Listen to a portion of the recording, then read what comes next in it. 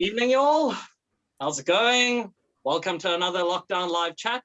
As usual, joined with my awesome co-host, the purveyor of all things Dracona Media, Mr. Alec Larson. How's it going?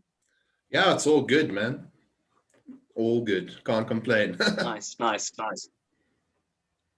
Can you believe we're 40 episodes into these lockdown chats in a almost year-long pandemic run? It's been super fun.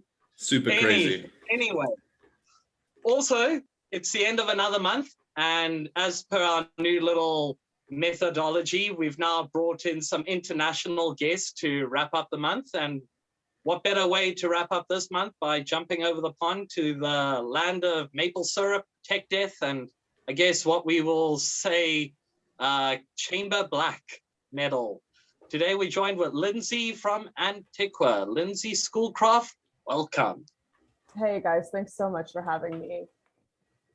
So happy we can make this work. I know you are a busy lady, so yeah, let's get into the little meat and potatoes here. I guess to kick things off, pretty much as per our lockdown chats, we've always started at the beginning of the lockdown. And from what I believe, you were already back home in Canada when this started. And from there, pretty much after years and years of on and off touring, back and forth from home and abroad, the mental deflation and all of that, pulling yourself back together, you're finally back into, I'll say it again, so now you're finally back into what brought you to the dance. You're now back into writing music, Lindsay. How's it feel after so long?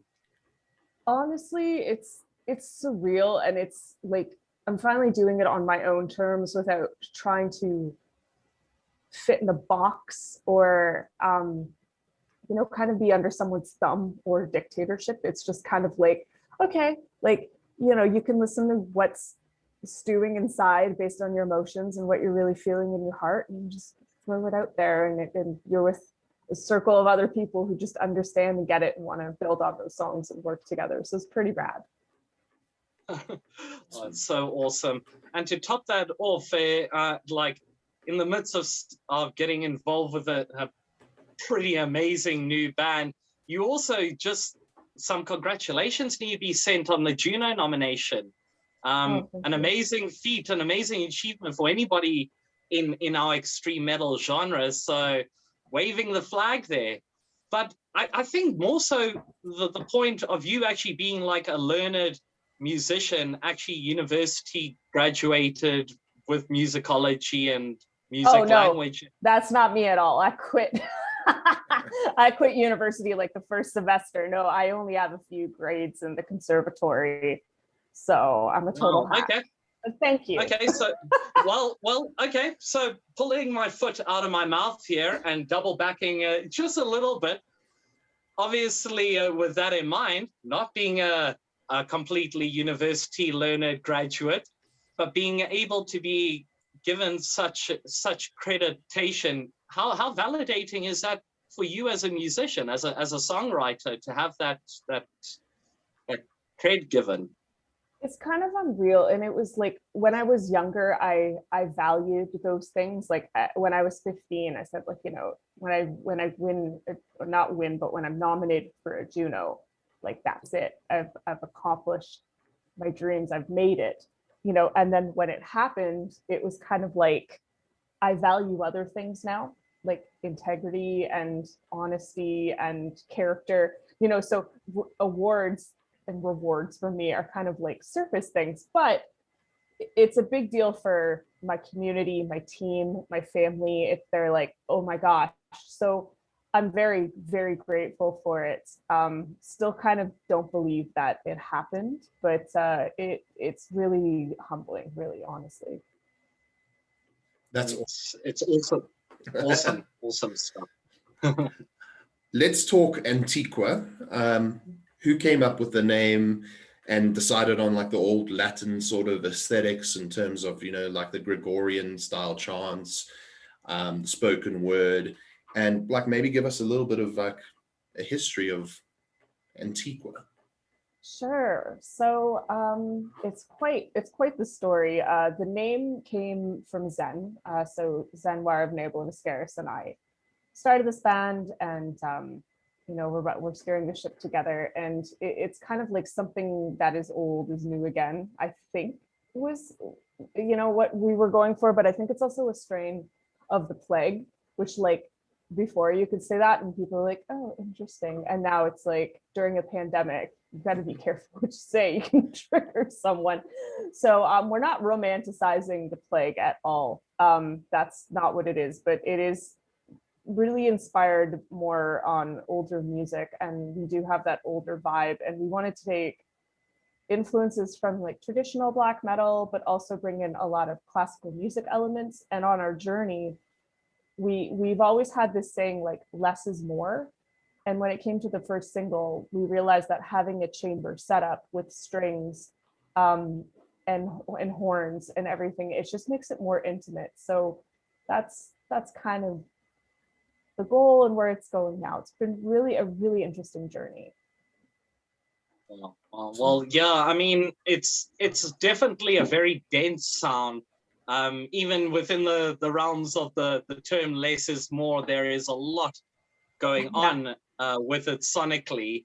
I guess the whole idea with almost a chamber-esque avant-garde black metal band, was that something that you guys discussed, like consciously moving forward with the band, or was it something that kind of evolved organically while you guys spoke online during this whole pandemic? It happened once we realized what we needed to make the single happen. That first song, we were like, okay, like we only have so much funds. We really have to bootstrap it and kind of bring it together and do what we can here. And we just decided, like, we always really wanted to go big before, because we're heavily influenced by Virgin Black and Duma Borgir, as some examples, and also Batushka and Bjerker. Like there's a bunch of bands, like the original Batushka, not this, that, and the other thing, FYI. So we're just like, we were like, we should go big, but then as time went on, we're like, well, we don't have the money right now for a full string section and horn section and choir. And I kind of ended up being the choir again on this song, like I did with Hammer the Witches for Cradle of Filth, because it's like the funds weren't available. It didn't happen. Utilize like what you got. So yeah, we talked about it, and then of course me being the marketing brain behind it, like Zen does a lot of the visuals. He knows what he wants for the whole look and feel and aesthetic of the band, and I've always let him have that because I just get to be a musician and be myself, and it's great. We talked about it. I'm like, what do you think of chamber black metal? Like, how does that vibe with you? And I mean, he loved it because he's like, oh, it's like, Poe, like rapping on my chamber door. And I'm like, that's not why I chose it, sir, but okay.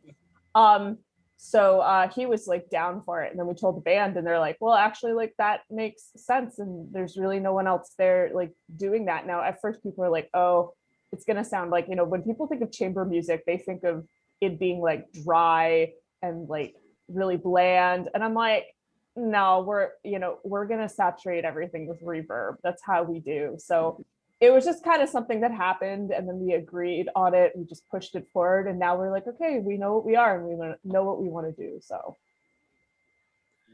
it's definitely got, like, again, like I said, it has a lot of layers. I mean, obviously teaming up with someone like Zen from Ne Obliviscaris, it's just, if you ever hear any of their music, it's always got so many ups and downs and lefts and rights and odd progressive time changes, but always basically a wall of sound. So right. I guess kind of keeping with that whole theme, like I said, you guys are essentially basically an international supergroup, if you will.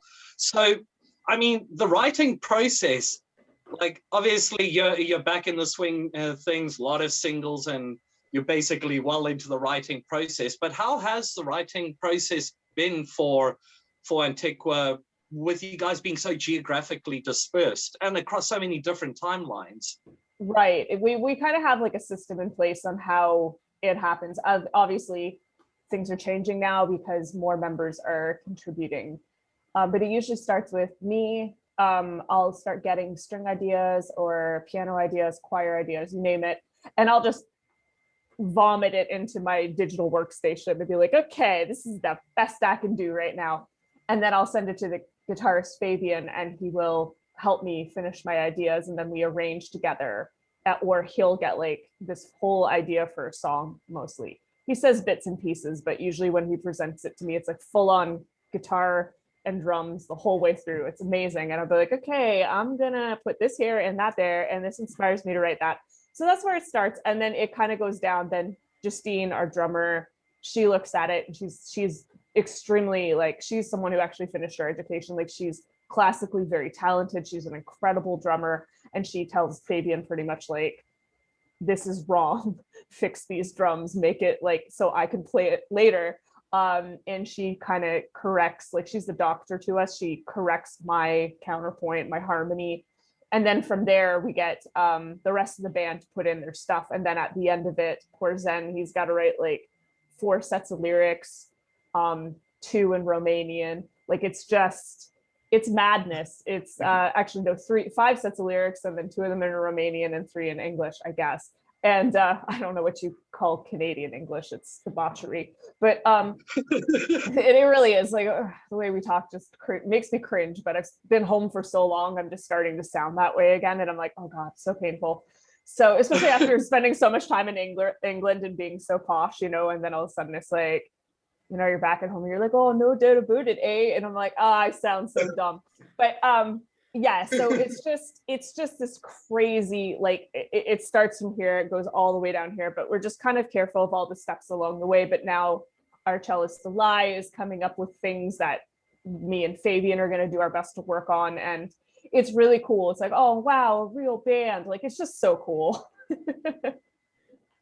Must be the most cathartic feeling ever, especially seeing the product slowly coming into, like, into visual creative, like, final form. It's like quite a feeling, I'm sure, and I mean, there's so many interesting band members, so there'll always be piles and piles of creative flair coming in, no doubt, moving forward. So it's good stuff. Mm-hmm. So we've touched on the debut single being such a powerful but structurally complex piece of music, orchestrated, well thought out. And you've stated before that you anticipate like an album release date of around 2022 some stage. With the nature of this music, what do you think the most challenging part will be wrapping up this album? Do you think it will be in the final composition, or the mixing of the instruments, or yeah?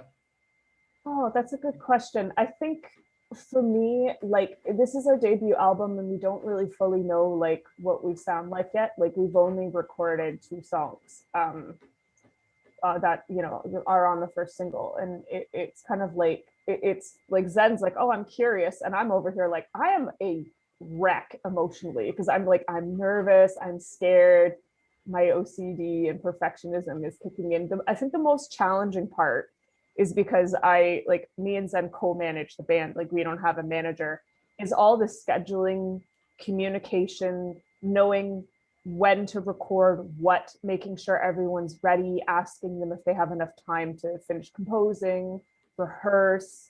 And the thing about the writing process is it's never really over until you go into mixing.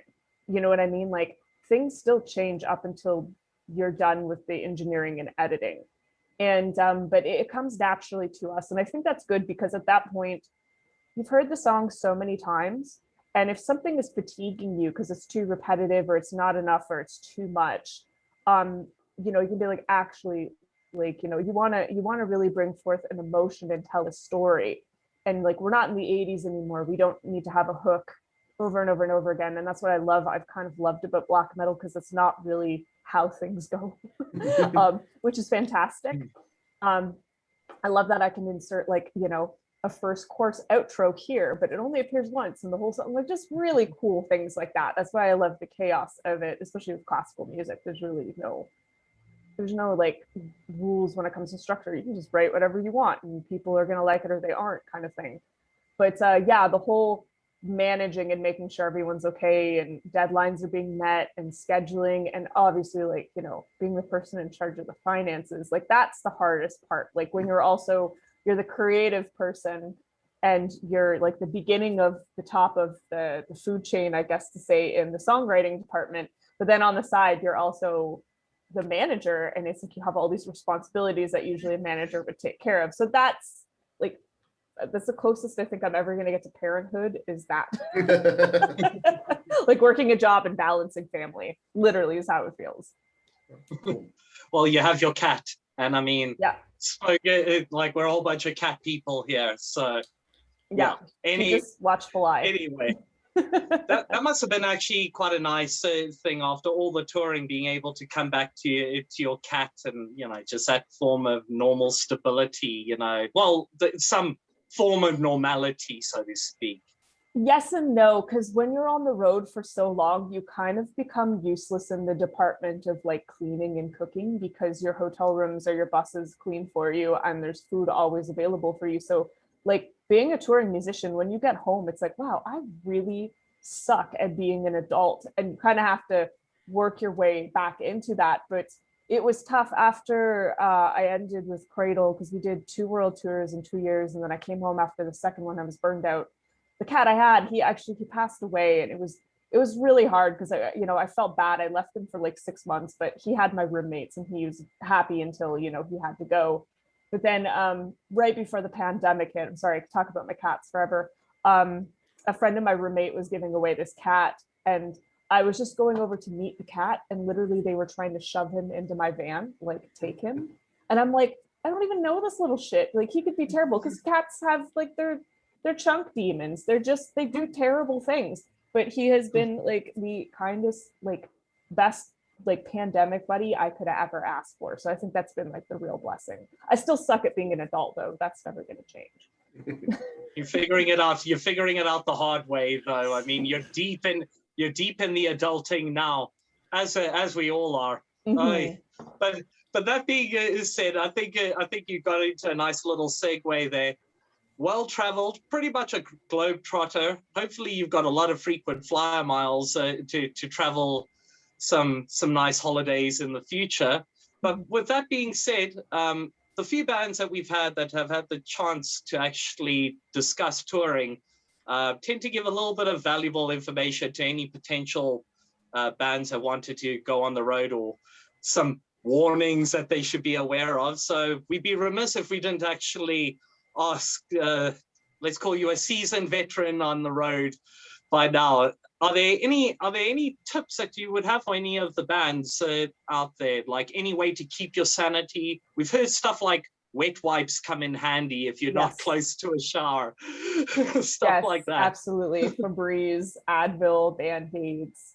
Those are all essential, definitely. I think the most important thing is to like find your alone time, find your peace. You know, like the guys want to go out tonight and go on a bender, and it's like, nah, you know what? Like I'm gonna stay in my room tonight and have a spa night all by myself and watch reruns of Oprah and just be the most uncool rock star on the face of the planet. And finding those times for yourself is really important. But also the thing that, especially if you're touring worldwide, the thing that a lot of people don't think about, and I learned this the hard way, because like my first tour with a professional band was a world tour, and it was like South America, Asia, Australia.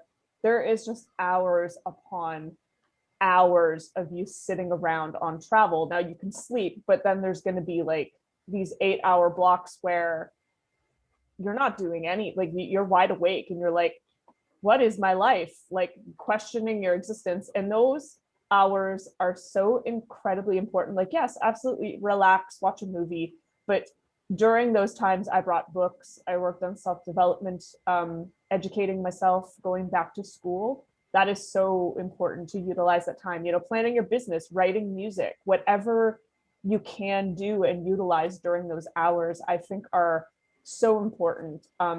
Because like you come back from tour, like I felt after my first world tour, and I'm like, there was hundreds of hours there, probably 200 hours plus after I'd say 8 weeks. And it's like, I did nothing. And that didn't sit well with me. So definitely bring books, like, utilize that time, or just play video games, whatever works for you. Anything to keep the sanity in between those big gaps. Did you ever lose track of time when you were on the road? Like forget, like, what country am I in? Or like, geez, like. Yeah, the first world tour, I was in Australia, and I didn't sleep for like probably a week due to the really ridiculously scheduled touring with the flights and not getting enough sleep. So then by the 6th night, when we finally were able to get like at least 8 hours, finally, thank God, when my alarm went off, I didn't know if I was back home in my bed in Canada. I like panicked. I'm like, where am I? What time is it? What is going on? Like, I had this moment, and I told the tour manager. He laughed. He's like, oh yeah, that happens usually on people's first tour. Like, you just think you're going to wake up back at home for some reason, and you panic, and you don't know where you are, what day it is. It was kind of terrifying. It's probably just brain damage from not sleeping for almost a week. Sure. No, that's hectic. Yeah. You mentioned that you're the mother of the band, the parent, manager sort of thing, and you're very active in terms of public relations and marketing your brands. So Antiqva and your solo project. Now, a lot of bands get into making music and they don't really understand that there's a business behind it as well. They think that someone's just going to notice.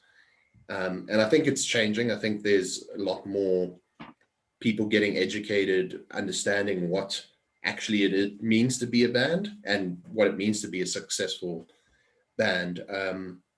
So I thought we could maybe take this opportunity to sort of pick your brains and see if there's any PR advice that you could give to bands that are looking to start or get better exposure, or like get recognition in blogs and whatnot. Mm-hmm. Mm-hmm. Absolutely. I think first and foremost, you really have to advocate for yourself. Like, you really have to believe in what you're doing.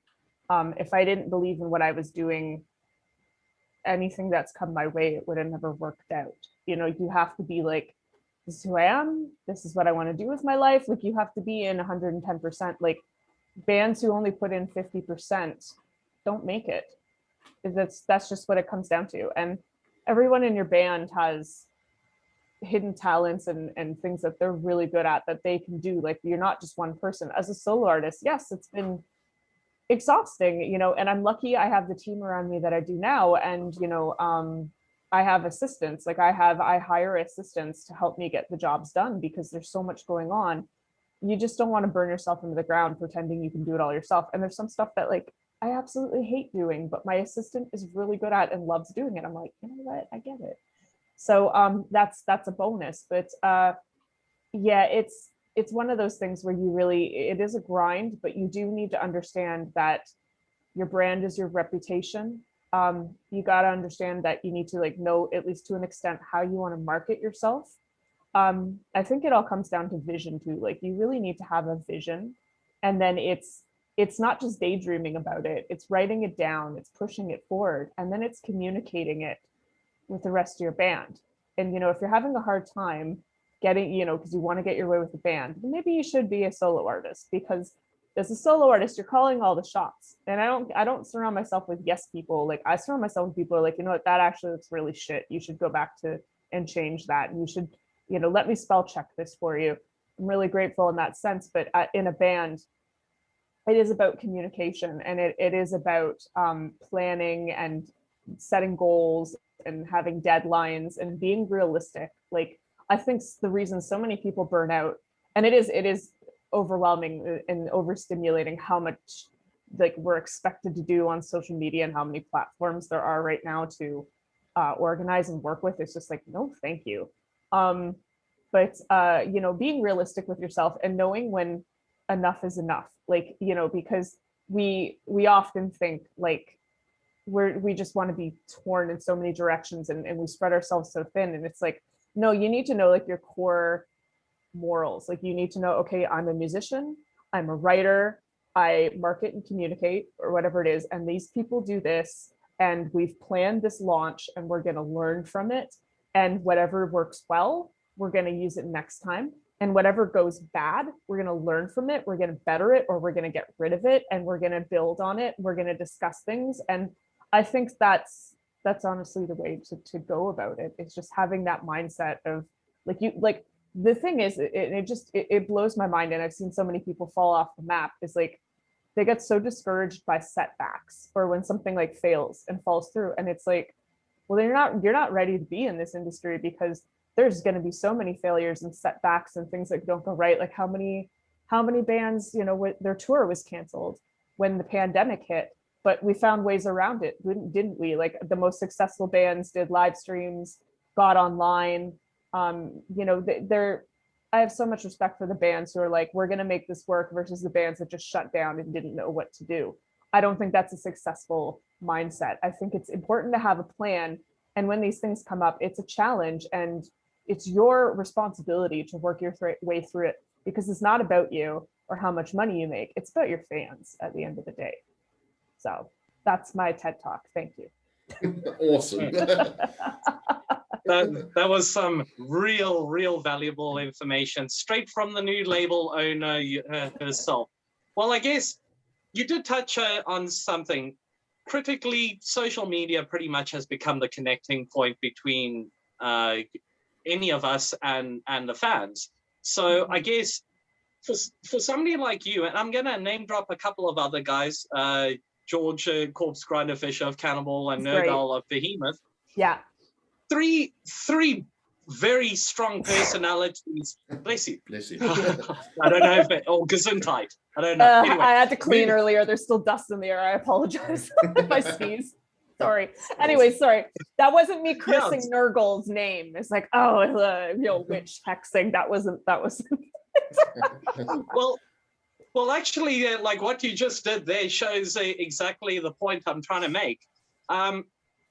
You three in specific have a very strong stage personality. Like, honestly, it's hard to recognize you without your big devil horns, like right now. And likewise, both of the other guys, strong personalities. But the one thing that you guys all have in common is you almost show a level of vulnerability. You show the highs and lows of good and bad. If you're having a bad day, you're on social media, you'll hold your cat and you'll be like, shit day, hope it gets better, or like and the same thing when it comes to them. Obviously, you're in a genre which kind of true cult, if you will. This kind of brings me to what I'm calling the social media dilemma, not the movie or the docu, but the social media dilemma of 2021. Is nowadays a rock star defined by the caricature that they create up on stage and how they represent that personality off stage? Or does it help endear the fans more to you by actually showing, hey, I actually am a human, I do bleed, and I do have shit days? Yeah, we all have shit days, definitely. I think the most important thing is to keep in mind that it's about the music first.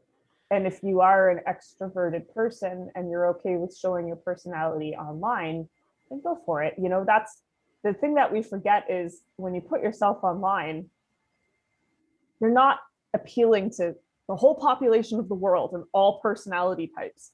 It's more so those other extroverted people that really appreciate it, or those who like to stalk or creep and just read a good story. You know what I mean? Like they're really silent, but like then there's the introverts who like, they're not even online. So they usually don't even care. And that's what people like forget. Like we don't think about who's perceiving us. So, you know, I'm at the point in my life where I've see priorities and I'm like, I have enough, and I don't feel that I need to keep up on social media. But when I do try to put out at least like something of quality. It's always about purpose. Is it necessary? Is it enhancing the conversation? Is it kind? It's things like that. Like I have a lot of purpose and thought before I actually post anything or put it out there. Granted, though, there has been times where I have been tired and grumpy, and I've said things, and there's people who don't talk to me anymore, and I'm just like, well, that shows your level of maturity and how much the friendship meant. But yeah, so it's like, how do I put this? It's up to the individual. I mean, it helps if you want to be online and share more with your fans. I think that they really appreciate that. But there's some bands out there that are like so big and they're barely doing anything, and that's what it comes down to. It comes down to the music. But there's the other end where there's like, and I've seen a few people close to me do this, they spend so much time spreading themselves thin on social media, and it's like, girl, you need to go practice the piano. Like, you're not where, I know your goal, and you're not where you want to be. And like trying to impress all these people online, like, numbers are just, they're a vanity thing. Like, I know in digital marketing that it's really about the numbers that you produce on your mailing list and your web shop, and those are your value metrics. So like, the other day, you guys know Curtis, I hit 90K on Facebook, and Curtis is like popping bottles and eating cake and freaking out because he's my biggest cheerleader, and I'm over here like, that's cool, but like, I'm good, like, that's wonderful, I'm happy, I'm grateful, but like, it doesn't define who I am. It's like, I know who I am. I know I'm a musician, and